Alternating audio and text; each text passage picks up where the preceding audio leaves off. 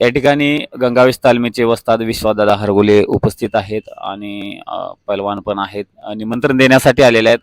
विश्वासदा, काय सांगाल की महाराष्ट्र केसरी भव्य दिव्य होणार आहे वाघोली या ठिकाणी आणि बरेचसे मल्ल तर आपल्या तालमीतनं खेळणार आहेत.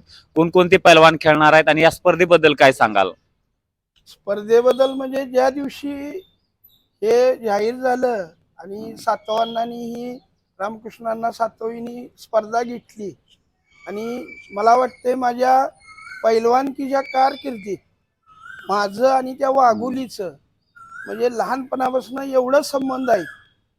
मग सातव फॅमिली असेल, कटके फॅमिली, इथली सगळीच.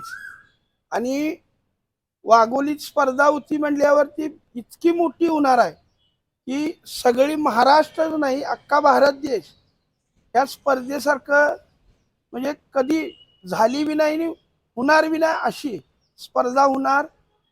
आणि माझ्या तालमीतली एक 5-6 मुलं तरी वरच्या गटात, मग बाकीच्या खायल्या वजनी गटात तरी आहेत सगळी.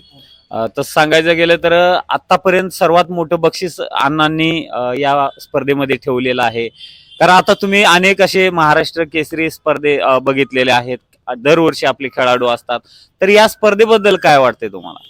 स्पर्धेबद्दल म्हणूनच मी सांगतो की बक्षिसाचं बक्षीस बक्षिसाचं काय म्हणजे हे गाड्या हे सगळं आहेच आणि तिथलं भव्य दिव्य बक्षीस असणार का तरी जी वाघोलीचे म्हणजे ग्रामस्थ आता अण्णा स्वतः आहेत यात. आज माऊली आहे तिथं आमदारच आहे, आज अभिजित बी, आमचा मेघराज कटके बी, ही लोक सगळी काम करतात. आणि त्यासनी आणि पहिल्यापासून पुणे जिल्ह्यातलं एक गाव वाघोली असं आहे की ते पैलवानकीचं गाव आहे आणि त्यामुळे तिथली बक्षिसाचं तरी नाही की येणाऱ्या पै पाहुण्यांचं पैलवानांचं की जी सोय असते ती सगळ्यात चांगली होणार. नक्कीच. धन्यवाद. 18 मार्च ते 22 मार्च या दरम्यान वाघोली या ठिकाणी ही स्पर्धा होणार आहे. आयोजक रामकृष्ण अण्णा सातो पाटील आहेत. धन्यवाद. महाराष्ट्र केसरी, महाराष्ट्र केसरी.